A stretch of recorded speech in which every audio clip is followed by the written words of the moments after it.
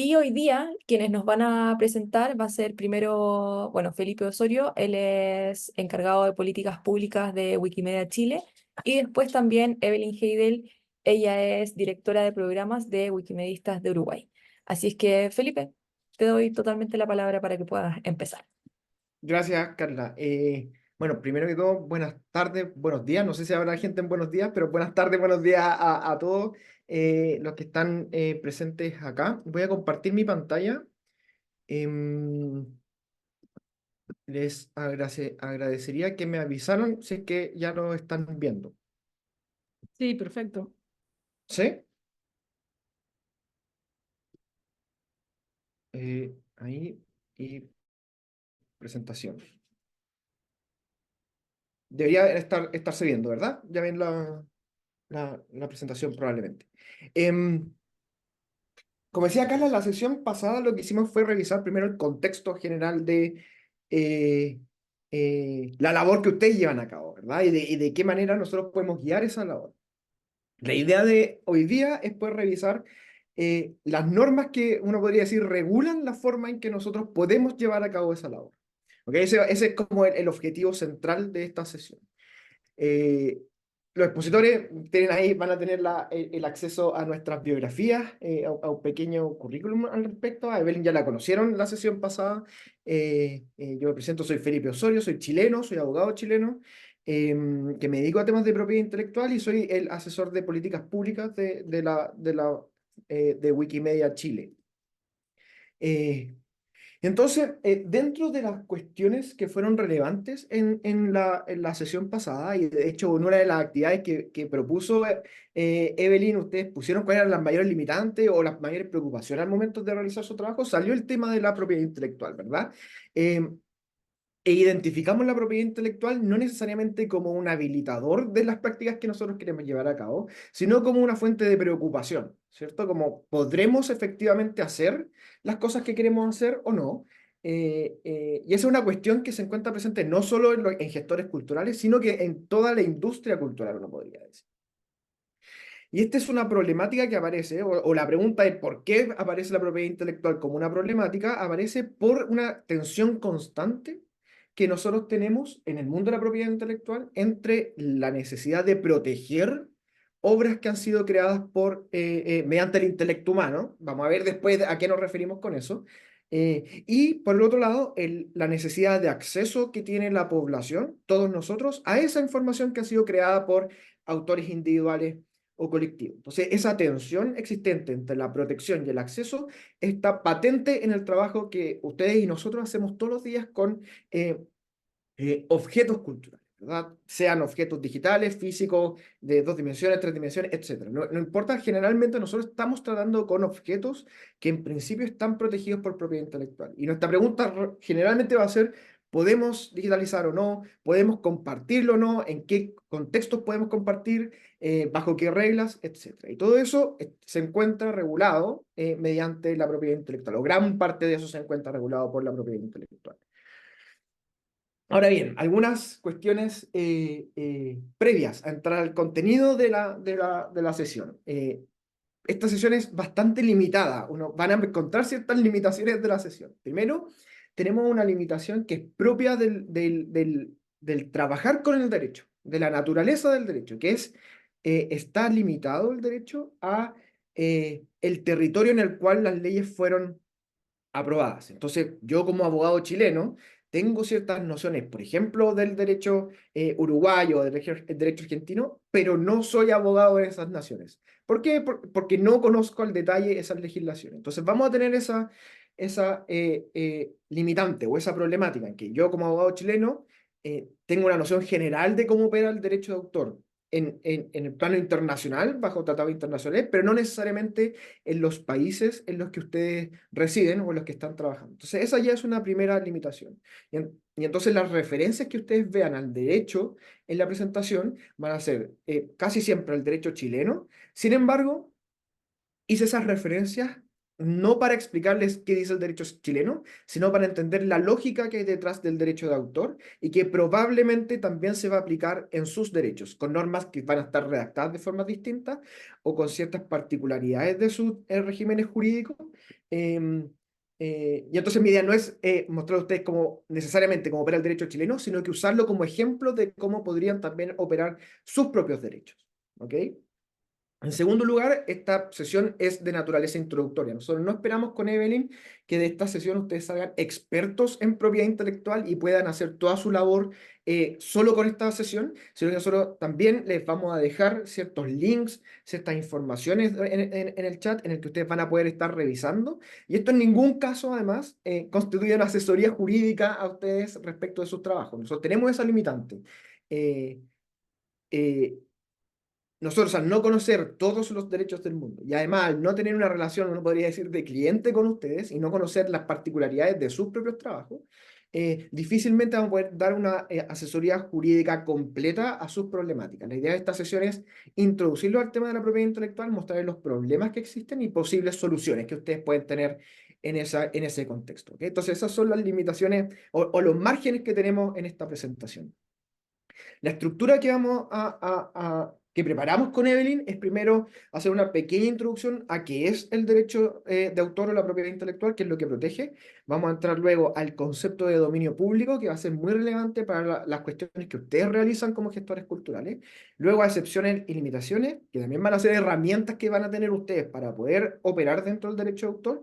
Y finalmente vamos a entrar en una cuestión que es bastante interesante para ustedes también, que es el acceso abierto y licencias Creative Commons. Esa va a ser la estructura de la presentación. Yo me voy a encargar de los primeros 3 puntos y luego Evelyn de los siguientes 2, que es acceso abierto y licencias Creative Commons. Entonces, para comenzar, podemos hacer esta pregunta general, ¿verdad? ¿Qué protege la propiedad intelectual o qué es la propiedad intelectual? Y todo, yo diría que en principio tenemos una cierta noción de lo que son los derechos de autor. Eh, una primera aproximación a esta pregunta es distinguirlos de otros regímenes jurídicos, que por regla general uno cuando conversa con personas que no son abogados se tienden a confundir. Nosotros podemos distinguir entre el derecho de autor y la propiedad industrial, por ejemplo. Ustedes ahí a la derecha van a poder ver una solicitud de patente de invención, es la patente de invención de Gillette, que se encuentra en el dominio público por haber transcurrido una serie de años. Y nosotros llamamos a esa área del derecho, derecho de patentes, ¿ok? Y a la derecha de esa foto ustedes pueden ver la marca de Coca-Cola, ¿verdad? Y nosotros asociamos esa marca a un producto. Y esa asociación de el signo al producto, nosotros la llamamos derecho de marcas, ¿ok? Derecho de patentes y derecho de marcas, nosotros los englobamos dentro del paraguas de la propiedad industrial, ¿ok? A diferencia de la propiedad industrial, nosotros, como en esta sesión, vamos a referirnos al derecho de autor o propiedad intelectual, ¿ok? No industrial. Y entonces, en lo que sigue, cuando nosotros hagamos referencia a la propiedad intelectual, estamos haciendo referencia únicamente al derecho de autor. No nos vamos a referir a las patentes de invención o a las marcas, ¿ok? Que tienen un estatuto jurídico distinto y de hecho en Chile están regulados en leyes distintas. ¿Okay? Esa es la primera distinción que tenemos que hacer antes de entrar al contenido mismo del derecho de autor. Podemos dar una definición general de derecho de autor como aquella parte del derecho que regula la creación y uso de una variedad de bienes culturales como libros, canciones, películas, programas de computadora y así sucesivamente. Esta es una definición que dan dos académicos británicos en su manual de propiedad intelectual y uno podría decir en general que lo que hace el derecho de autor es permitir la apropiación de creaciones intelectuales, su explotación en el mercado y su difusión al mercado también. Todo esto autorizado por el autor de esa obra. ¿Okay? Estas definiciones clásicas de derecho de autor, por regla general, y esto es bastante sintomático de la forma en que nosotros miramos el derecho de autor, dejan de lado o subordinan o lo dejan en una jerarquía menor esta dimensión de acceso que también se encuentra en el derecho de autor.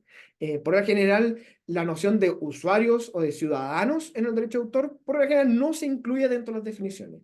Y lo que tiene y el sentido de esta sesión es poderles darle a ustedes como usuarios una noción de derecho de autor que los haga partícipes del sistema y les permita o los habilite para actuar dentro del sistema. Entonces, el derecho de autor podríamos entenderlo como el sistema que permite la apropiación, explotación, difusión y acceso a obras creadas por el intelecto humano.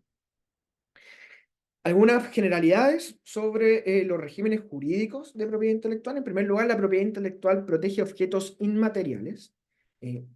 Por ejemplo, la protección del libro Cien años de soledad de García Márquez no es una protección sobre los ejemplares físicos del libro, sino el contenido inmaterial de este. Y es por esto que, por ejemplo, si es que a nosotros nos roban un libro de nuestra estantería de libros, lo que nos están robando es el objeto y no los derechos de propiedad intelectual que existen sobre ese libro, que de hecho no son nuestros, sino que del autor. ¿Ok? Entonces, esa es una primera generalidad del derecho de autor. Protege solo objetos inmateriales. Que estos objetos inmateriales luego se encuentren en un objeto físico es otra cosa. ¿Ok? De hecho, tienen protecciones por regímenes jurídicos distintos. El objeto físico del objeto inmaterial. Luego, otra cuestión relevante es que la propiedad intelectual o derecho de autor solo protege expresiones y no ideas. ¿Ok? Pongo ahí el artículo de un tratado internacional donde se encuentra recogido esta regla general de la propiedad intelectual. No es relevante el número, pero es relevante que esto se encuentra reconocido en un tratado internacional. La protección del derecho de autor abarcará expresiones y no las ideas. Y entonces esa es otra cuestión relevante para nosotros porque es usual decir, ¿cómo protejo esta idea? ¿O acaso esta idea está protegida? Bueno, las ideas no están protegidas por el derecho de autor, lo que se protege son las expresiones. ¿Ok? Ahora, ¿qué es lo que se protege? Ya avanzamos un poco al decir que lo que se protegía eran las expresiones, ¿verdad? Y esto es una primera referencia a la ley chilena que nuevamente podemos hacerla extensiva a otras legislaciones pese a que no tengan la misma redacción. La ley chilena, en su artículo primero, nos dice que el derecho de autor o propiedad intelectual protege los derechos que por el solo hecho de la creación de la obra adquieren los autores de obras de la inteligencia en los dominios literario, artístico, científico, cualquiera sea su forma de expresión. De aquí nosotros desprendemos ciertos requisitos de protección. ¿Okay? En primer lugar, debe existir una expresión. Y esto es porque el derecho de autor no protege ideas. ¿Okay? Ahora bien, no basta con la mera expresión de un autor. Esa expresión debe ser original. Si no es una expresión original, entonces tampoco está protegida por el derecho de autor. El contenido de ese requisito de originalidad se encuentra desarrollado por distintos casos que han resuelto los tribunales en todos los países del mundo. Hay bastante discusión al respecto, no vamos a entrar en eso. Lo importante es que ustedes sepan que solo las expresiones originales se encuentran protegidas por el derecho de autor. Y el último requisito es que esa expresión original debe encontrarse dentro de los dominios literarios, artísticos y científicos. ¿Okay? Esto pareciera circunscribir el derecho de autor a muy pocos dominios. Sin embargo, vamos a ver más adelante que esto se expande completamente y hoy en día es bastante difícil poder excluir obras de protección del derecho de autor por su naturaleza. ¿Okay? Entonces, este último requisito de dominio literario, artístico y científico es un requisito bastante menor. ¿Okay? Eso no quiere decir que no es importante, pero es menor. Eh, Entonces la pregunta que podría surgir es ¿qué tipo de obras o qué tipo de expresiones originales son las que protege el derecho de autor? Una respuesta la encontramos en el artículo segundo del Convenio de Berna, que es el convenio marco de derechos de autor en el mundo, que usted revisa en el Convenio de Berna, en su artículo segundo, lista una serie de obras que pueden ser protegidas. Y ustedes pueden ver ahí, por ejemplo, que el convenio de Berna dice que cuando nosotros hablamos de obras literarias y artísticas, nos estamos refiriendo a todas estas obras que se encuentran en el número 1 del artículo segundo, pero no solo a ellas. Este listado es incluso un listado de ejemplos de obras que se encuentran protegidas. Entonces, en principio, probablemente yo podría decir hasta un 99%, con un 99% de seguridad, probablemente todas las obras con las que ustedes están operando, en principio tendrían una protección por el derecho de autor. ¿Okay? Vamos a ver más adelante que esas protecciones se pueden perder en ciertos momentos cuando pasa el tiempo. ¿Okay? Pero en principio todas ellas tienen o tuvieron todo esto con muchas limitantes, pero asumamos que que se aplica a lo que estoy diciendo, en principio todas podrían ser susceptibles de protección mediante el derecho de autor. ¿Ok? Eh, de esa creación intelectual que los autores realizan, emergen dos tipos de derechos. Y esos son los derechos que obtienen los titulares de la propiedad intelectual. Por un lado tenemos derechos morales y por otro lado tenemos derechos patrimoniales.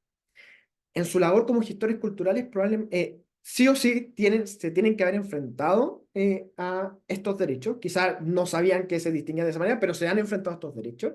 Y por lo general, la gestión de obras requiere que los conozcamos bien para saber qué es efectivamente lo que podemos realizar o no. Los derechos morales buscan proteger la vinculación personal que existe entre el autor y su obra. ¿Ok? Y es por eso que los derechos morales sus titulares solo pueden ser los seres humanos que crearon la obra. ¿Ok? Por regla general, eh, los derechos morales van a ser el derecho de paternidad e integridad de la obra. Por paternidad nosotros nos referimos a este derecho que tienen los autores de reclamar que ellos efectivamente son los autores y poder demandar a quien reclama ser el autor de una obra ajena.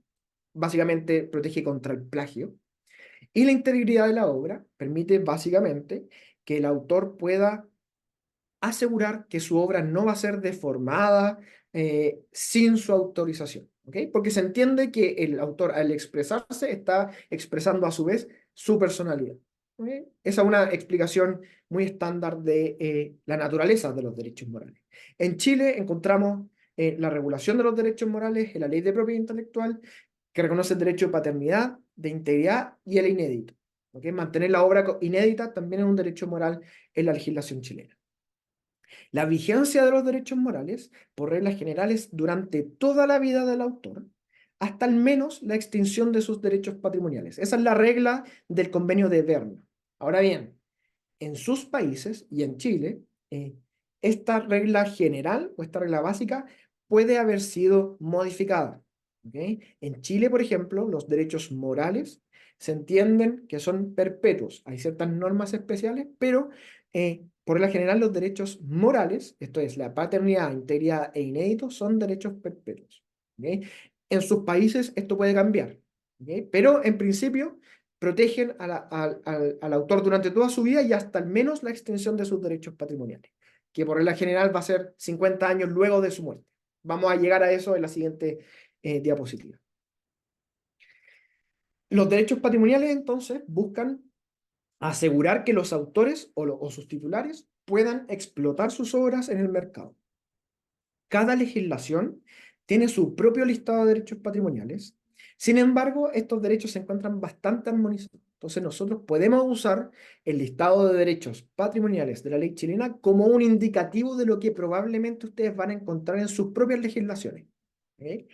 En Chile, los derechos patrimoniales se encuentran en el artículo 18 de la ley de propiedad intelectual y contempla el derecho a reproducir la obra, básicamente a copiarla, derecho a publicarla, ponerla a disposición mediante su publicación en el mercado, derecho de adaptarla, por ejemplo, transformarla a una obra de teatro, traducirla, subtitularla, etc. Derecho a ejecutarla públicamente, declamar una obra, tocar una canción, son ejercicios de este derecho de ejecución pública, y derecho a comunicarla al público, que básicamente es eh, dar a conocer la obra a un público a través de medios que permitan que quien comunica la obra no se encuentre en el mismo lugar con el público. Por ejemplo, a través de un computador, por ejemplo, a través de sus páginas de internet, que ustedes pongan las obras en sus páginas de internet, en principio es un ejercicio de comunicación al público de estas obras. Y eso también se encuentra protegido por el derecho de autor.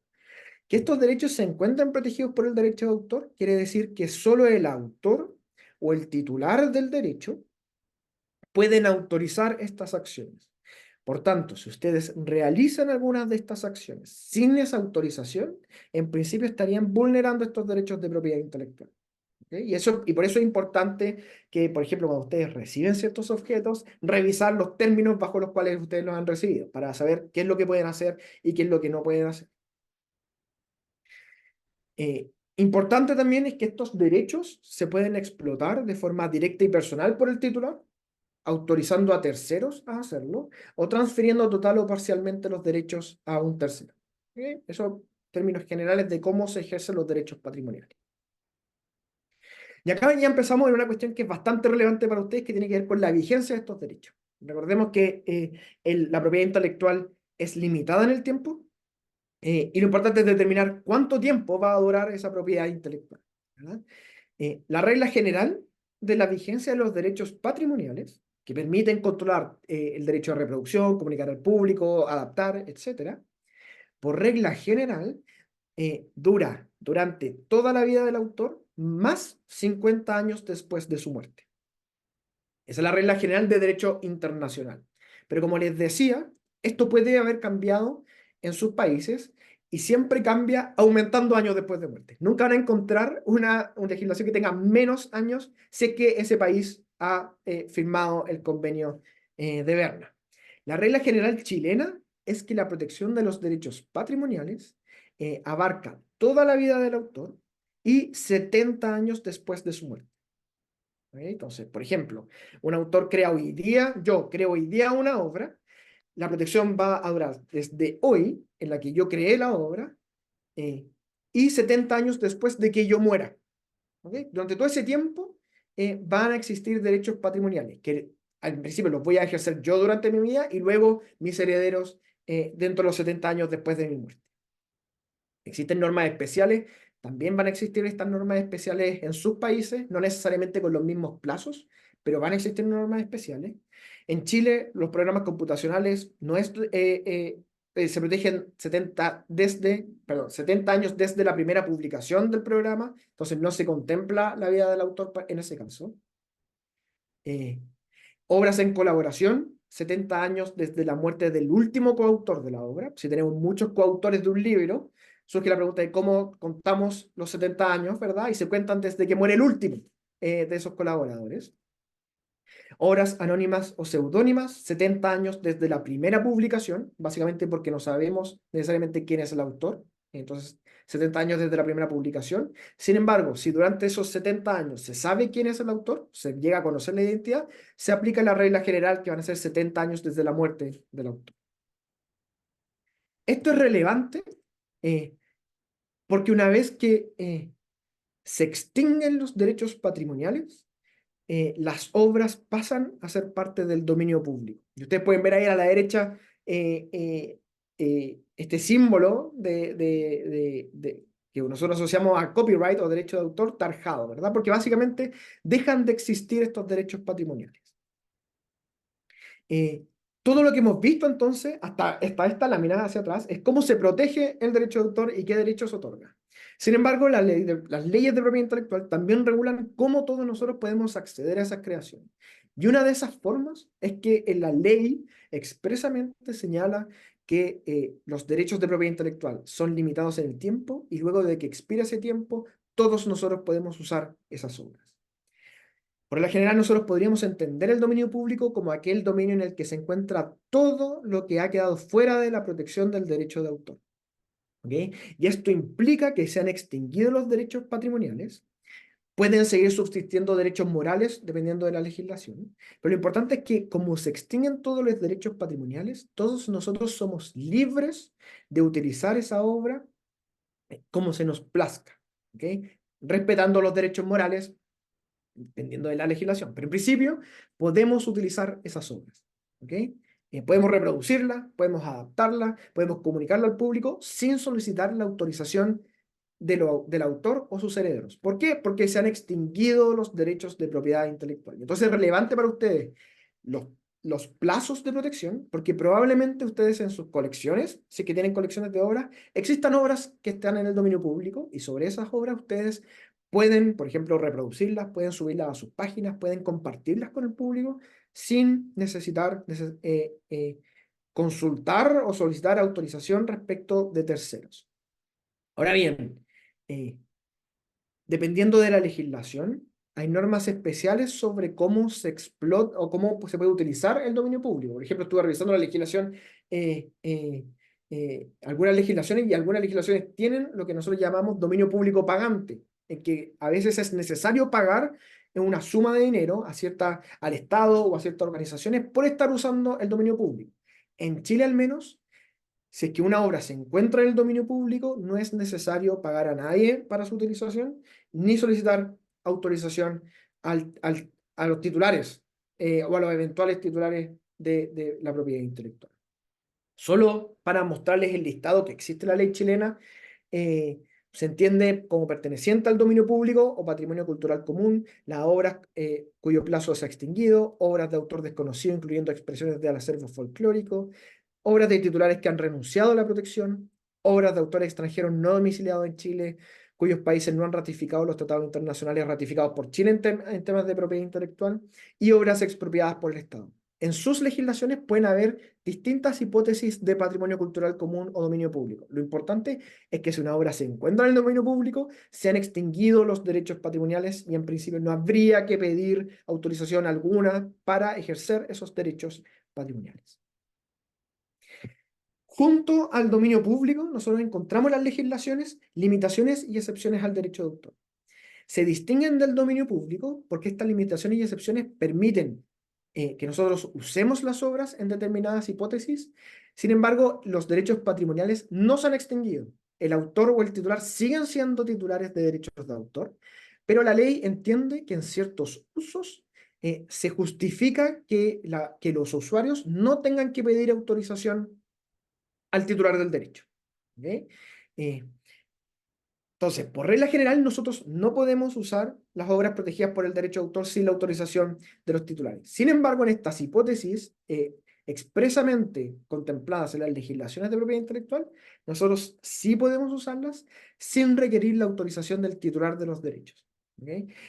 Estas limitaciones y excepciones tienen distintas justificaciones, como por ejemplo fallas de mercado, que sería bastante ineficiente y nosotros vayamos a buscar las autorizaciones de todas las personas que son titulares de derechos para poder utilizarlas en determinados contextos, facilitar nuevas creaciones, también el ejercicio de derechos fundamentales como la libertad de expresión, el derecho a investigación, acceso a la cultura, etc. Todas estas cuestiones justifican el tener limitaciones y excepciones al derecho de autor. Las legislaciones latinoamericanas contemplan listados de excepciones en las cuales los usuarios pueden utilizar las obras sin solicitar autorización a los titulares. Esto es simplemente listé los países que recuerdo haber visto en la sesión pasada que estaban presentes en la sesión. En Chile estas excepciones se encuentran en el título tercero de la Ley de Propiedad Intelectual, que van a encontrarlo desde el artículo 71 en adelante. En Uruguay, artículo 45 de la ley número 9739, en México, en el título sexto de la Ley Federal de Derecho de Autor, y ustedes van a poder revisar sus propias legislaciones y ver cuáles son las excepciones que existen al derecho de autor. Ahora, en esa revisión hay una herramienta que les puede ayudar mucho, que es este punto final, que son una página de internet en la que se listaron y se graficaron las flexibilidades al derecho de autor en Latinoamérica. Entonces, ahora antes de terminar mi parte, voy a mostrarles cómo funciona esa herramienta. Disculpen que me demore un poco. Voy a compartir pantalla. Ok, ahí deberían estar viendo, ¿cierto? En esta página, que se llama Flexibilidades al Derecho de Autor de Latinoamérica, que fue creada por estas organizaciones, DATISOC, Carisma y Acceso Justo al Conocimiento, ustedes van a poder encontrar distintas cuestiones. Primero, un informe de la situación latinoamericana respecto a excepciones y limitaciones. ¿Okay? Y ahí van a poder ver que en el informe se revisan las legislaciones de distintos países. También hay un podcast que van a poder escuchar en caso de que les interese. Un glosario de excepciones, ¿sí? Donde les van a explicar, por ejemplo, qué significa cómo están redactadas las excepciones en favor de biblioteca, en favor de los archivos, etc. Y una cuestión que es bastante interesante para que puedan revisar es que hay un mapa donde se muestra el mapa completo de Latinoamérica. Creo que estoy teniendo problemas para que cargue. Ahí está. El mapa completo de Latinoamérica, y acá a la izquierda ustedes pueden ver que estoy en la sección de libertad de expresión, por ejemplo, y me muestra el derecho o la excepción que facilita la cita de obras. Y ustedes pueden ver en verde las legislaciones que lo tienen contemplado y en amarillo que lo tienen contemplado, pero de manera ineficiente. Y si ustedes van, por ejemplo, a bibliotecas y archivos, pueden ver en qué legislaciones se permite el préstamo público de obras, en cuáles se permite el intercambio entre bibliotecas, servicios de reproducción, preservación, acceso a obras retiradas y así sucesivamente. Y van a poder ir viendo en sus países cuál es la situación. Nuevamente, esto no constituye una asesoría legal. Que esté en amarillo probablemente va a requerir que ustedes consulten o analicen de mejor manera la situación. Pero eso es al menos un indicio de cuestiones que pueden hacer. Y por último, otra cuestión interesante de esta página es que tiene una sección de preguntas y respuestas. ¿Verdad? Ustedes pueden meterse ahí y van a ver que hay, por ejemplo, escenarios. Voy a utilizar el de biblioteca y archivos. Escenarios. Un archivo quiere digitalizar y publicar un repositorio online cerrado, miles de fotos de alto valor histórico de las décadas 1960 y 1970. ¿Es legal? Y aquí a la derecha ustedes pueden ver la respuesta a esta pregunta. ¿Okay? Entonces ahí ustedes van a poder ir jugando con esta herramienta y revisar si es que acaso cuestiones relevantes para ustedes se encuentran permitidas o no en sus respectivos países. Con eso dejo de compartir pantalla y los dejo con Evelyn, que les va a hablar sobre licencias de Creative Commons y acceso abierto. Bueno, creo que nunca vi a alguien dar tan rápido un tema tan complejo como el derecho de autor así, en media hora, ¿no? Bueno, muchas gracias, Felipe, por esa introducción. Y bueno, sí, muy importante recordar que nada de lo que dijo Felipe constituye un consejo legal, ni mucho menos. Eso es siempre lo más importante. Y bueno, la idea es que yo les voy a mostrar ahora algunas consideraciones sobre el tema del derecho de autor. Dentro de las instituciones patrimoniales. En efecto, la recomendación quizás para que tengan en cuenta es que, bueno, todo esto que dijo Felipe son de alguna manera principios generales que se encuentran en casi todas las legislaciones y después está bueno que ustedes vayan y vean específicamente sus respectivas leyes de derecho de autor para entender mejor cómo funcionan y si tienen o no excepciones. Y bueno, obviamente también acá, como Felipe lo dio todo tan rápido, a veces nos perdemos las anécdotas graciosas, que por ejemplo para quienes son de Argentina, el derecho a la paternidad efectivamente incluye también el derecho a no ser reconocido por una obra que no querés ser reconocido, ¿no? Entonces, para quienes son de Argentina, Borges, cuando fue director de la Biblioteca Nacional, Adolfo Bioy Casares había escrito una novela de juventud de la cual luego, más tarde, siendo más adulto, se sintió profundamente arrepentido. Y Borges, como era tan buen amigo, en su rol como director de la Biblioteca Nacional, encargó comprar todos los ejemplares de esa obra de Adolfo Bioy Casares, de la cual él se sentía arrepentido, para tenerlos en la Biblioteca Nacional y asegurarse que nadie perdiera acceso a esa obra de juventud de la que Adolfo Bioy Casares se sentía arrepentido. Así que bueno, ya saben, ojo con lo que publican y nunca sean amigos de Borges. Esas son como las dos grandes recomendaciones, los dos grandes consejos que les vamos a dar acá, y ningún consejo va a ser un consejo legal. Así que ténganlo en cuenta eso, con quienes se hacen amigos, ¿no?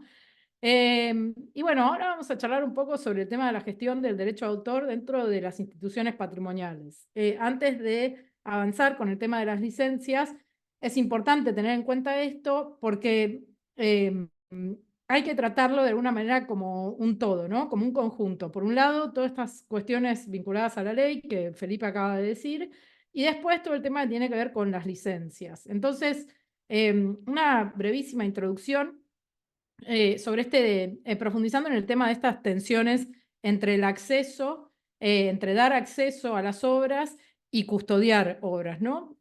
¿Por qué hablar de derecho de autor dentro de las instituciones patrimoniales? Bueno, tienen que pensar que este tema del derecho de autor no era un problema tan acuciante en las instituciones patrimoniales hasta la aparición del Internet.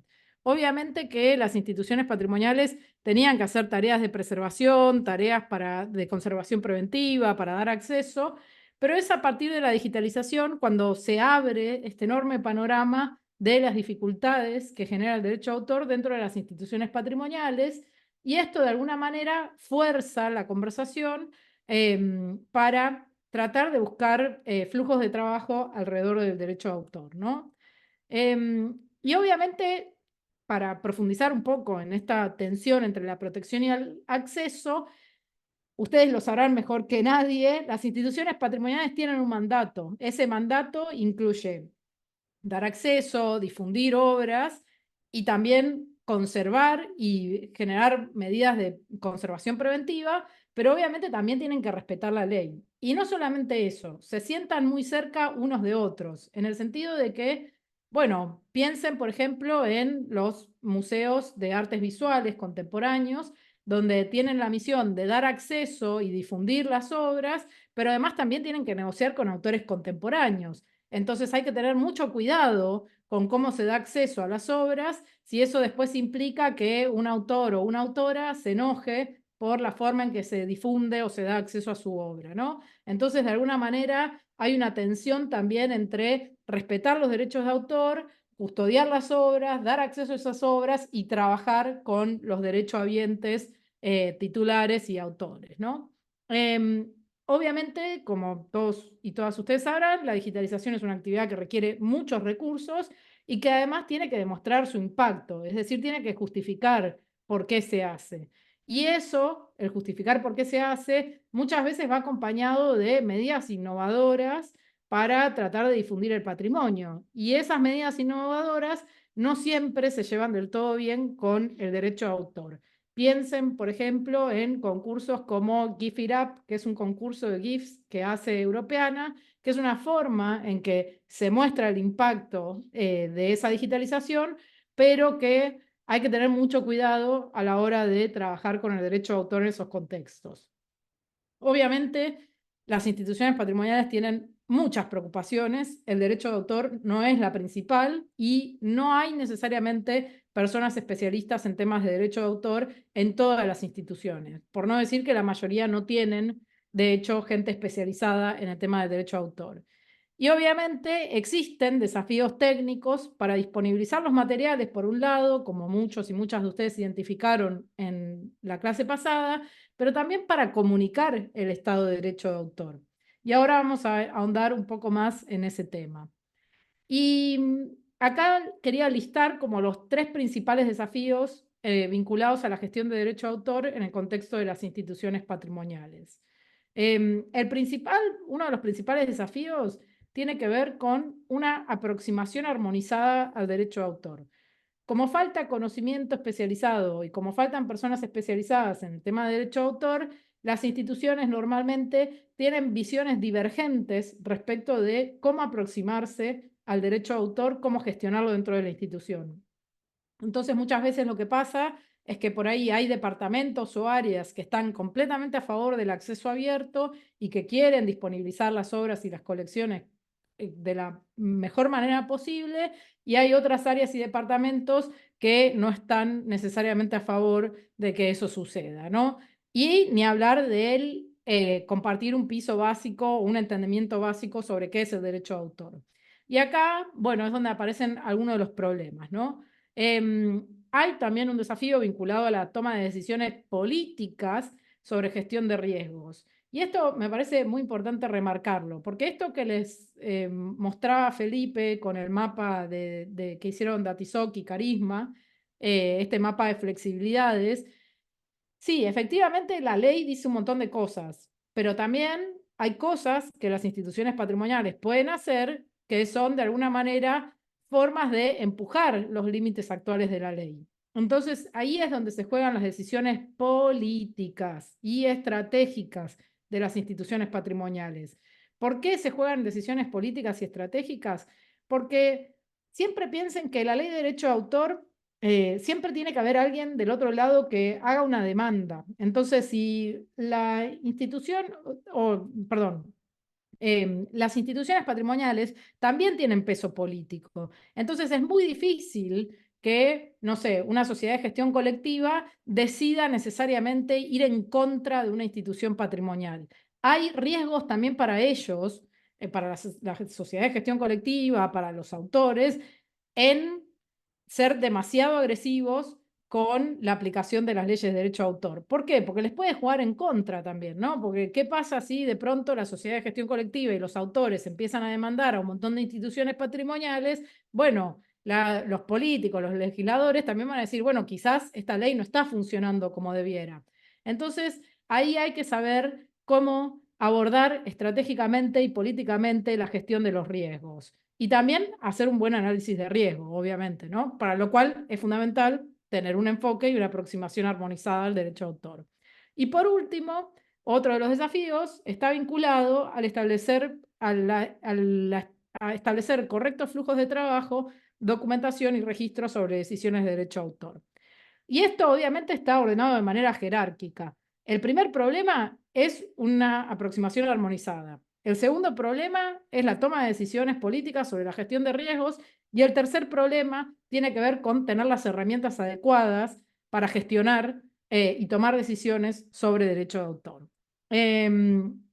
Y acá, de alguna manera, lo que les queremos mostrar, así muy rápidamente, porque no tenemos tiempo para detenernos específicamente en cada uno de estos puntos, es una pequeña caja de herramientas. Herramientas que van de mayor a menor, en el mismo orden que veíamos en la diapositiva anterior, a cómo resolver el tema de la aproximación armonizada al derecho a autor, cómo hacer un análisis de riesgo y después, finalmente, cómo documentar las decisiones sobre derecho de autor que se toman en cada una de las instituciones.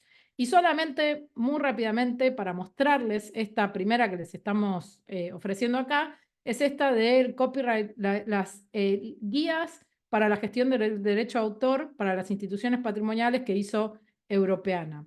Esta guía la estamos traduciendo desde Wikimedistas de Uruguay, así que la idea es poder mandárselas en breve, pero básicamente para que tengan como en claro qué hacen estas guías, es justamente dividir ese proceso de armonización del derecho de autor en 3 fases, con la idea de que, bueno, ustedes puedan como ir atravesando cada una de las fases, ¿no? Entonces, ¿cuál es el objetivo final? ¿Cuál es la fase 1?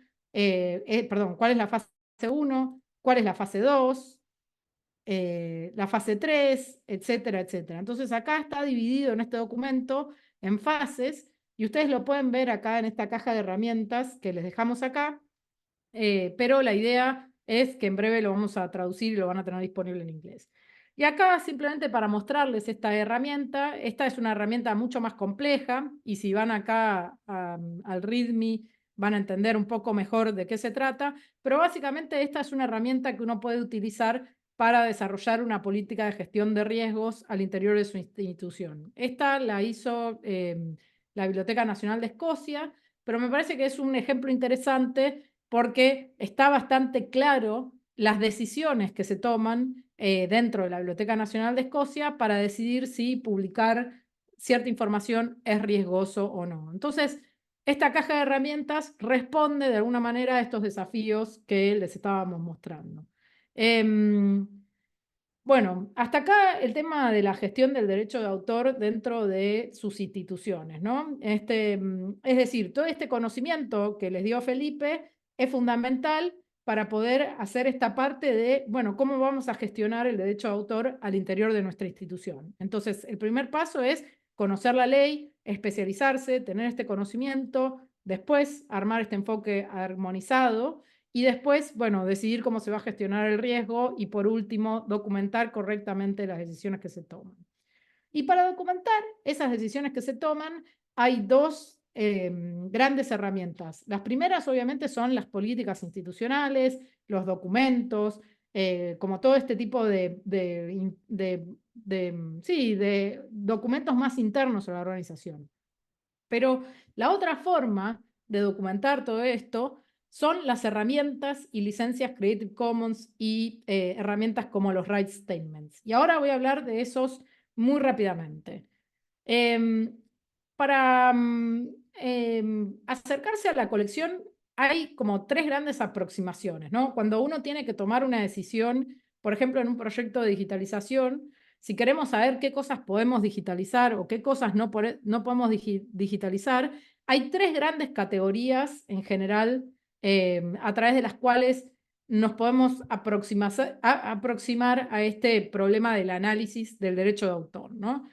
El primero es, bueno, hay obras que ya sabemos que están protegidas por derecho de autor. Entonces, en este caso, como dijo Felipe, bueno, ya sabemos que todas aquellas obras de autores que son contemporáneos y que todavía no fallecieron, están todas protegidas por derecho de autor. Ahora, nos puede pasar también que, bueno, hay ciertas obras donde el autor falleció, todavía no pasaron los 70 años, bueno, lo mismo, ¿no? Entonces, de alguna forma, todas esas obras ya sabemos que ahí vamos a tener que buscar una limitación o una excepción si es que efectivamente las queremos disponibilizar al público. Después hay una segunda categoría que es sin derecho de autor, es decir, obras que ya sabemos que se encuentran en el dominio público y para hacer ese análisis vamos a decir, bueno, a ver cuándo fallecieron estas personas. Y después hay una tercera categoría, una tercera gran aproximación, que es todas aquellas obras que no tenemos ni idea cuál es el estado de derecho de autor. En la jerga, estas obras se las conoce como obras huérfanas. Son aquellas obras donde el estado del derecho de autor o la titularidad es poco claro, ¿no? Y en esos ejemplos nos pueden pasar, podemos dar un montón de ejemplos de esta categoría. Por ejemplo, obras fotográficas que no tienen nombre, obras fotográficas familiares, archivos familiares. Es muy común que sea muy difícil determinar el estado de derecho de autor de esas obras. Bueno, en fin, obras seudónimas, obras anónimas, obras hechas por entidades corporativas. En general, esas son las categorías donde siempre es muy difícil establecer o el estado de derecho de autor o la titularidad. Es decir, quién es la persona que nos puede autorizar hacer uso de una obra determinada. Entonces, esta es como una forma muy esquemática, pero bastante práctica, antes de definir, bueno, a esta obra le tengo que pedir permiso, esta la puedo publicar, etcétera. La forma más fácil es siempre, bueno, esta primerísima gran aproximación. Este es como el trazo grueso a la hora de decidir el estado de derecho de autor de ciertas obras. Y después hay dos grandes aproximaciones a trabajar una vez que hemos decidido liberar ciertas partes de las colecciones para trabajar el tema de las licencias y las herramientas. ¿Cuándo tenemos que usar una licencia Creative Commons? ¿Cuándo tenemos que usar una herramienta como Right Statements? ¿Y cuándo no podemos hacer nada, ¿no? Entonces, las dos grandes aproximaciones es preguntarse, ¿somos los titulares de los derechos de autor? Y si la respuesta a eso es sí, bueno, todo se simplifica a partir de eso, porque si somos los titulares de los derechos de autor, a partir de ser los titulares de los derechos de autor, podemos decidir, por ejemplo, liberar las obras con una licencia Creative Commons. Y ahí ya no le tenemos que pedir permiso a nadie, lo decidimos y vamos arriba, como diríamos en Uruguay, vamos para adelante con eso y usamos las licencias Creative Commons o damos los permisos que nos interese dar alrededor de una obra. Y si no somos los titulares de los derechos de autor y solamente somos los custodios de las obras, bueno, ahí se empieza a complicar un poco más el panorama, ¿no? Para saber si podemos o no hacer ciertos usos de las obras y para saber si podemos o no disponibilizar ciertas obras y bajo qué condiciones, ¿no? Y acá es importante, sobre todo para las instituciones patrimoniales y en general, siempre que trabajen con temas de derechos de autor, es muy importante este tema del enfoque, del enfoque armonizado. ¿Por qué? Porque si ustedes no son los titulares de los derechos de autor y son simplemente los custodios de las obras, tienen que negociar siempre a la hora de adquirir una obra el tema de la gestión de los derechos de autor. Entonces, les voy a dar un ejemplo. Trabajan para un museo de arte contemporáneo y viene un pintor y les dice, bueno, les quiero donar ahora todas mis obras de los últimos 30 años, bueno, ahí tienen que negociar, ahí ustedes tienen que negociar que no les donen solamente la obra, tienen que negociar que en el contrato de donación también les autoricen a hacer usos de esas obras para distintos fines, por ejemplo, para fines educativos, por ejemplo, para exhibiciones, por ejemplo, para incluir las obras en el catálogo. Porque si ustedes no negocian ninguno de esos derechos, entonces después el autor les va a decir, ojo, yo te doné la obra, yo te doné el ejemplar, el cuerpo, digamos, ¿no? No te doné los derechos de autor sobre esa obra. Entonces vos no podés hacer reproducciones de esa obra. Entonces hay que ser sumamente cuidadosos en nuestra función de custodios de las obras, de negociar el tema de los derechos previamente, antes de recibir ninguna donación. Lo mismo aplica para archivos, para, bueno, bibliotecas quizás no tanto, pero para archivos, en fin, obras pictóricas, obras escultóricas, todas las obras artísticas en general, siempre está bueno negociar derechos a la hora de recibir donaciones. Pero también tienen que negociar derechos cuando, por ejemplo, trabajan por contrato. Entonces, supongamos que ustedes son una ONG, una organización de la sociedad civil, y les encargan a un fotógrafo o una fotógrafa la cobertura de un evento X de la organización. Bueno, en ese caso también tienen que negociar el contrato. Es decir, ser estratégicos a la hora de ser custodios de las obras, de tomar estas decisiones y tener este enfoque, esta política institucional armonizada al derecho de autor. Y cuando no somos los titulares, igual podemos publicar y disponibilizar obras, sobre todo si tenemos flexibilidades al derecho de autor. No me voy a detener en esta herramienta porque no nos da el tiempo, pero simplemente para que lo sepan. Las licencias Creative Commons funcionan sobre el derecho de autor. Entonces, eso lo que quiere decir es que yo, para poder utilizar una licencia Creative Commons, tengo que ser el titular de los derechos. Ahora, puede pasar que yo quiera comunicar algo sobre el estado de derecho de autor de una obra sin ser necesariamente el titular de los derechos. Para eso es que se usan estas herramientas llamadas right statements. Y acá, en este recurso que ven acá, pegado en la presentación de diapositivas, les muestra como el camino de decisiones que tienen que tomar para utilizar estas herramientas que se llaman right statements.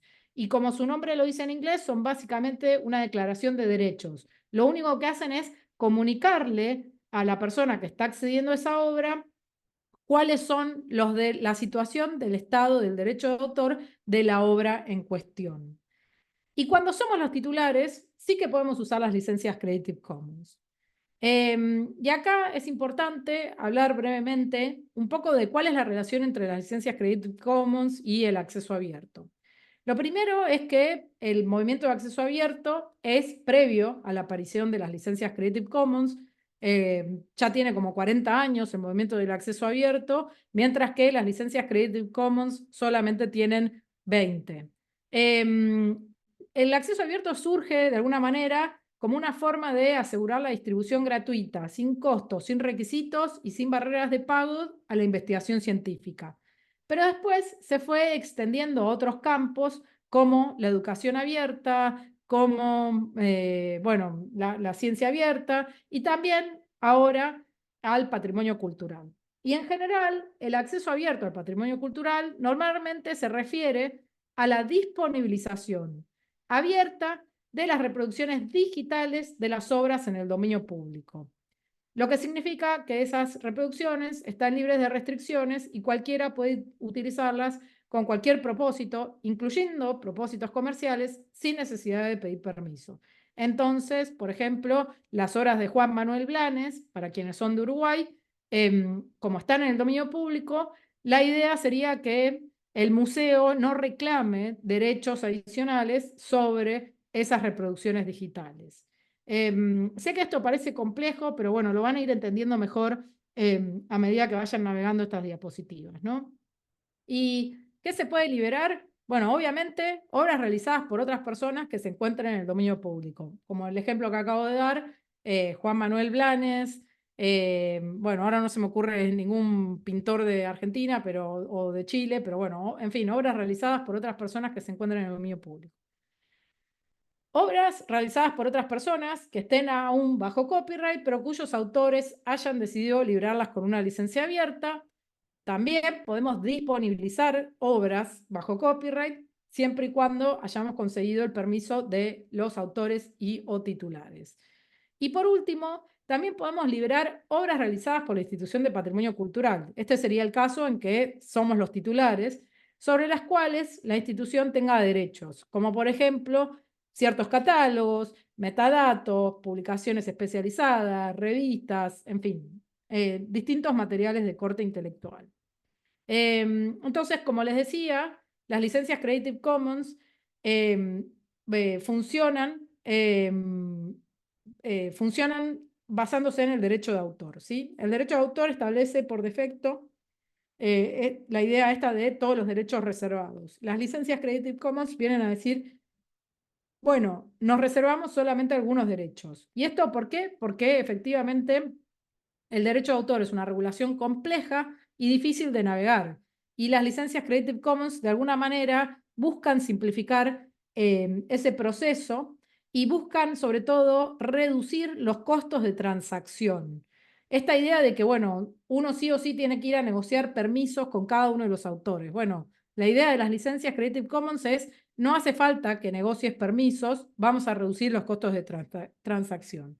Y obviamente es importante como aclarar que, bueno, hay distintas comunidades que interpretan acceso abierto de maneras distintas. En general, en el movimiento Wikimedia, el acceso abierto es acceso abierto, es permitir el uso de las obras con cualquier propósito, incluyendo propósitos comerciales y sin restricciones, ¿sí? Así que eso es importante. Y bueno, como les comentaba, las licencias Creative Commons buscan facilitar el acceso para las personas y funcionan sobre el derecho de autor. Y en definitiva, lo que le permiten al autor es decir, bueno, yo quiero que con esta obra las personas puedan hacer tales y tales acciones, pero no puedan hacer tales acciones. O incluso Creative Commons tiene herramientas que permiten que los autores renuncien completamente a sus derechos. Entonces, el objetivo de las licencias es darles opciones a los autores para otorgar permisos de manera anticipada y reservarse solo algunos derechos a la par que liberan otros. Y lo importante de las licencias Creative Commons y por qué las damos y por qué las seguimos usando es que proveen una manera estandarizada, global, multilingüe y legible por máquinas para comunicar los permisos que se les dan a las personas. ¿Qué quiere decir esto de estandarizada, global, multilingüe, etcétera?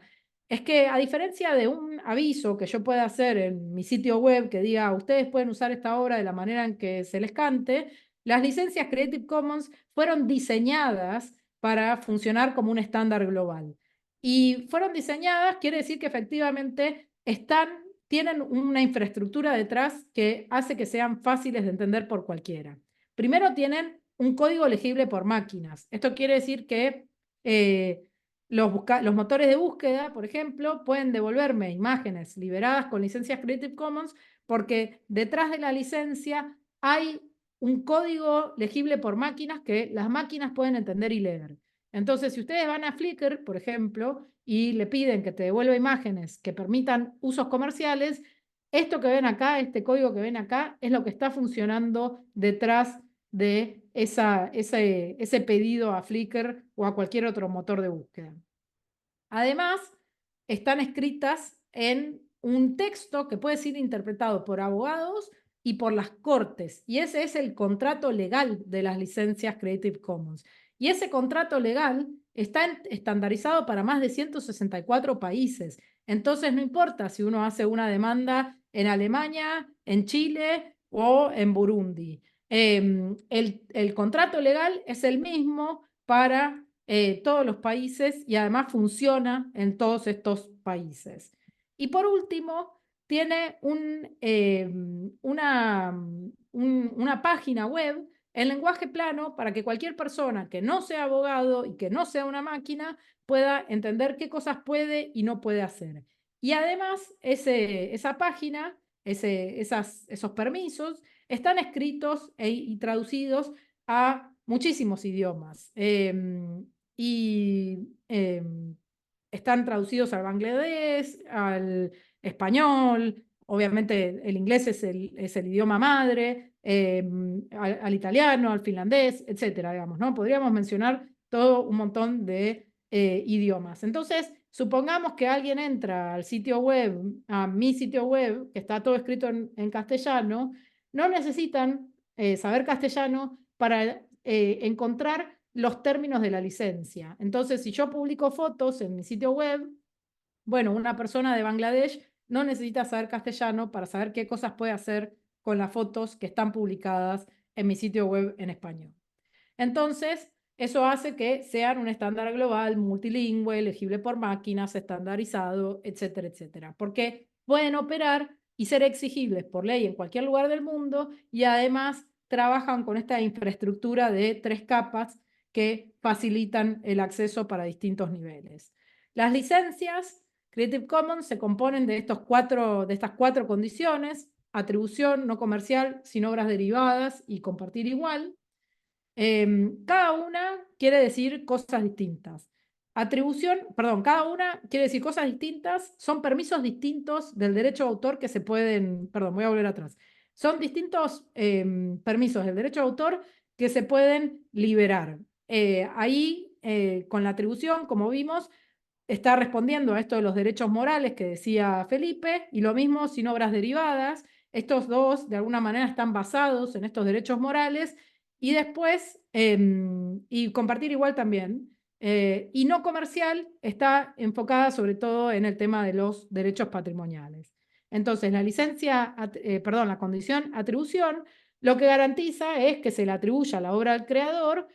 Y acá lo que es importante, justamente para preservar los derechos morales, es que esta atribución de ninguna manera puede significar endoso. Es decir, que yo no puedo atribuir una obra diciendo, fulanito está de acuerdo con el uso que estoy haciendo de la obra. O sea, tiene que quedar claro que fulanito solamente liberó su obra, pero que puede o no estar de acuerdo con lo que yo hice con la obra. Y esta condición se encuentra en todas las 6 licencias. La no comercial, a ver si aparece, la no comercial prohíbe utilizar la obra con fines comerciales. Y acá hay que tener muy en claro que no es una licencia que le impida a Coca-Cola hacer uso de mi obra. Es una licencia que impide que se hagan usos comerciales, que no es lo mismo que la entidad sea una entidad comercial. Yo puedo hacer usos comerciales y ser una entidad sin ánimo de lucro.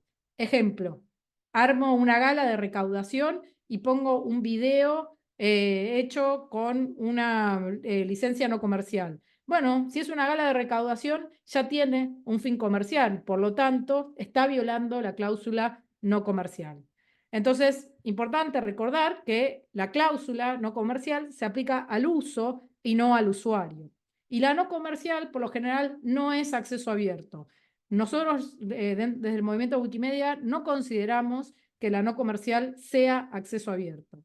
Sin obras derivadas, esto lo que prohíbe es compartir alteraciones de la obra, por ejemplo, una traducción o una adaptación. Adaptación sería, por ejemplo, un texto literario, adaptarlo para una obra teatral. Y después la cláusula compartir igual, que obliga a la persona que crea una adaptación de la obra a licenciar la adaptación con una licencia similar a la de la obra original. Esto es lo que normalmente se conoce como la cláusula copyleft, que de alguna manera lo que hace es garantizar que la obra permanezca en el dominio público o permanezca liberada a partir de las sucesivas adaptaciones que se hagan. Entonces, supongamos que yo a mi obra en español la libero bajo esta condición, entonces eso implica que la persona que haga una traducción tiene que compartirla bajo los mismos términos en que la compartí yo inicialmente. Entonces, ahí, como ven en este gráfico, acá abajo dice Free Cultural Works, Approved for Free Cultural Works, y estas dos aparecen con ese icono ahí porque no están aprobadas para ser obras libres, ¿no? Y esto da estas 6 licencias que son las que vemos acá: atribución, atribución compartir igual, atribución no comercial, atribución no comercial compartir igual, atribución sin obras derivadas, atribución no comercial y sin obras derivadas. Y están ordenadas de mayor a menor porque esta es la que más se parece al copyright y esta es la que menos se parece al copyright. Y acá vemos cómo interactúan las distintas condiciones, pero también vemos, obviamente, que hay ciertas condiciones que son incompatibles entre sí, ¿no? Obviamente, si yo uso una licencia compartir igual, uso una cláusula compartir igual, no puedo utilizar sin obras derivadas, porque son incompatibles entre sí. O sea, no puedo hacer una obra derivada de una obra, bueno, en fin, se entiende, ¿no? Entonces, estas dos primeras que ven acá, que tienen ese sellito verde de aprobadas para obras culturales libres, son las dos licencias que se utilizan en los proyectos Wikimedia, y todas estas son incompatibles con los proyectos Wikimedia. Entonces, siempre lo más fácil es, si soy una institución patrimonial y quiero liberar mis obras para que estén en los proyectos Wikimedia, sí o sí tengo que estar en estas dos licencias que están acá arriba. Y acá una ayuda a memoria de qué es lo que se puede hacer o qué es lo que tengo que hacer con cada una de las licencias, ¿no? Atribuir al creador, utilizar con fines comerciales, realizar adaptaciones y utilizar una licencia distinta a la licencia de la obra original. Este gráfico no se consigue más simple porque no los hacen más simples. Es súper práctico para tenerlo como ayuda a memoria cuando no me puedo acordar qué cosas puedo hacer con qué licencias. Y frente a la duda, existe el código legal de las licencias, que es en última instancia lo que se usa en las cortes, y les recomiendo que lo lean. Es bastante accesible, incluso sin ser abogado. La sección de preguntas de Creative Commons, donde les van a resolver todas las dudas de las cosas que hacen mal dentro de las instituciones patrimoniales, como por ejemplo poner dos licencias distintas para distintas resoluciones de una imagen, ¿no? Eso no se puede hacer. Para las licencias Creative Commons lo que se libera es la obra, no la resolución. Entonces, si ustedes piensan que puedo ponerle una licencia no comercial a la obra en alta resolución y una licencia atribución a la obra en baja resolución, bueno, la respuesta a eso es no, eso no se puede hacer, porque lo que se libera es la obra. Entonces, frente a la duda, vayan a la sección de preguntas frecuentes de Creative Commons y ahí la pueden resolver. Y la wiki de Creative Commons, donde hay más de 20 años de sabiduría legal resumidas en todas esas páginas. Y después hay una situación que es cuando la titularidad de los derechos de autor expiró, que para esos casos no hay que usar ni licencias ni right statements. Hay que usar herramientas del dominio público. ¿Y por qué se llaman herramientas y no licencias?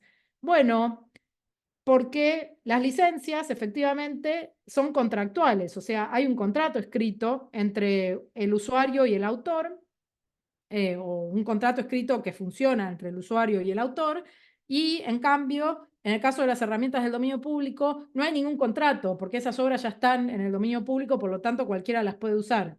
Y lo único que estoy haciendo yo es comunicar el estado de las obras.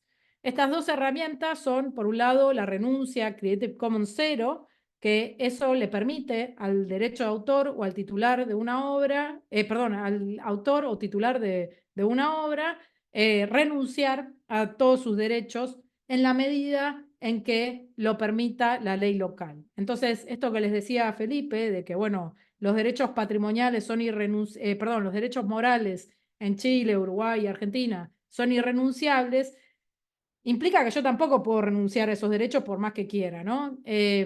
Pero en la medida permitida por la ley nacional, bueno, yo me comprometo a no hacer ejercicio de esos derechos. Obviamente, si quisiera, en algún momento los podría ejercer, pero bueno, eso es como otra discusión, digamos, ¿no? Es siempre en la medida permitida por la ley nacional. Y después, la otra que tenemos es la marca del dominio público, que esta es la marca que deben utilizar las instituciones de patrimonio cultural para señalar aquellas obras que se considera que están en el dominio público global. También se pueden usar para las que se consideran el dominio público en el país, pero bueno, no es lo más recomendable. Para eso se recomienda usar la Creative Commons 0. Y por último, muy importante, recuerden que la determinación del Estado de Derecho de Autor de las obras siempre es territorial. Entonces, no importa dónde van a hacer uso de las obras las personas que acceden a mi sitio web. Lo que importa es desde dónde estoy publicando mi sitio web. Entonces, a Memoria Chilena no le importa si en México el plazo del derecho de autor son 100 años. Lo único que le importa es cuál es el estado de los cuál es la duración de los derechos de autor en Chile, que es desde donde se van a publicar las obras que están en el patrimonio cultural, en el dominio público, perdón. Entonces, ¿cómo licenciar y reutilizar materiales? Unas reglas simples que son tanto para ustedes cuando quieran reutilizar materiales, pero para que entiendan desde el lado del usuario también qué es importante, ¿no? Y entonces lo primero es ser claros, indicar cómo quieren ser citados y atribuidos y poner la licencia en lugares visibles y sobre todo, por favor, no utilizar licencias Creative Commons o el derecho de autor para cosas que el derecho de autor no cubre. Entonces, si a mí lo que me importa es que digan que mi obra, que esta obra la digitalizó el Museo Nacional de Bellas Artes, bueno, ahí tienen que apelar a la buena fe de los usuarios. No pueden apelar al derecho de autor, porque el derecho de autor no cubre esos casos. O sea, si yo publico una obra de Juan Manuel Blanes y le pongo copyright Museo Nacional de Artes Visuales, no lo puedo hacer, porque no soy el titular de los derechos de autor. Entonces, si ustedes quieren ser citados y atribuidos en las digitalizaciones, tienen que ser claros y tienen que pedir amablemente a sus usuarios que les citen como las personas, como las instituciones que digitalizaron esas obras. Pero no se puede usar el derecho de autor para cosas para las que el derecho de autor no aplica. Ser consistentes, utilizar una única licencia para todos los materiales, obviamente utilizar formatos que permitan la reutilización y seguir siempre las políticas institucionales, ¿no? Que tengan establecidas. Y por último, seguir buenas prácticas de atribución, y ahí esto se aplica también para cómo quieren ser atribuidos y cómo quieren que los demás les atribuyan. Entonces, siempre ofrecer datos claros respecto del título, el autor, la fuente y la licencia, y ver también qué están haciendo otras instituciones. Así que bueno, esto fue también, creo que fui bastante rápido sobre un tema mega complejo, pero bueno, la idea es que tienen también la presentación de diapositivas disponible para avanzar en entender más estos temas. Uy, veo que hay un montón de preguntas. Tenemos hartas, pero hemos ido recopilando muchas. Quizás podemos elegir algunas y hacemos una respuesta rápida. Estamos bien pasados en el tiempo. Entonces, yo había tomado, me parece interesante dos al menos. Todas son interesantes, pero dos nos permiten hablar de cuestiones que nos permiten clarificar y también dar herramientas. Una es que alguien ponía que es importante aclarar que existe la autoría y la titularidad, que son distintas. A veces el autor y titular pueden ser las mismas personas, pero la titularidad da derecho a la explotación patrimonial de la obra. Está en lo correcto esa persona. Efectivamente, si recuerdan, en la primera parte de la sesión, yo hablaba de que los derechos morales le pertenecían al autor y los derechos patrimoniales le pertenecían al autor o al titular, ¿verdad? E hice esa distinción. Probablemente debía haberlo explicado más de por qué estaba haciendo esa distinción.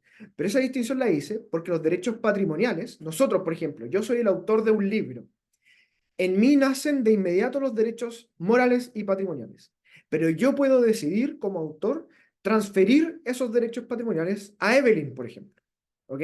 Y en ese caso, yo voy a mantener mi derecho a paternidad, integridad e integridad. Probablemente el inédito ya lo dejé de lado porque lo estoy publicando.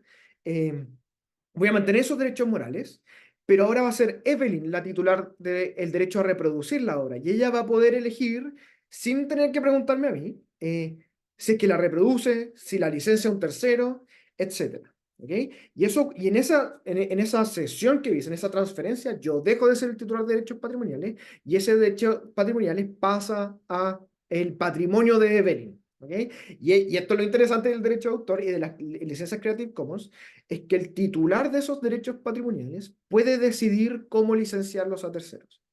Entonces, por ejemplo, si alguno de ustedes crea una obra, por ejemplo, si hay fotógrafos acá presentes o pintores, no sé, ustedes crean una obra y quieren y entrar en un contrato con un tercero, con una galería, con alguien que les quiere comprar la obra, con quien sea. Y para ustedes es importante, por ejemplo, que el resto de la gente pueda tener acceso a esa obra. Ustedes en esa licencia que le van a dar al tercero pueden incorporar cláusulas que obliguen a ese tercero a respetar lo que para ustedes es importante.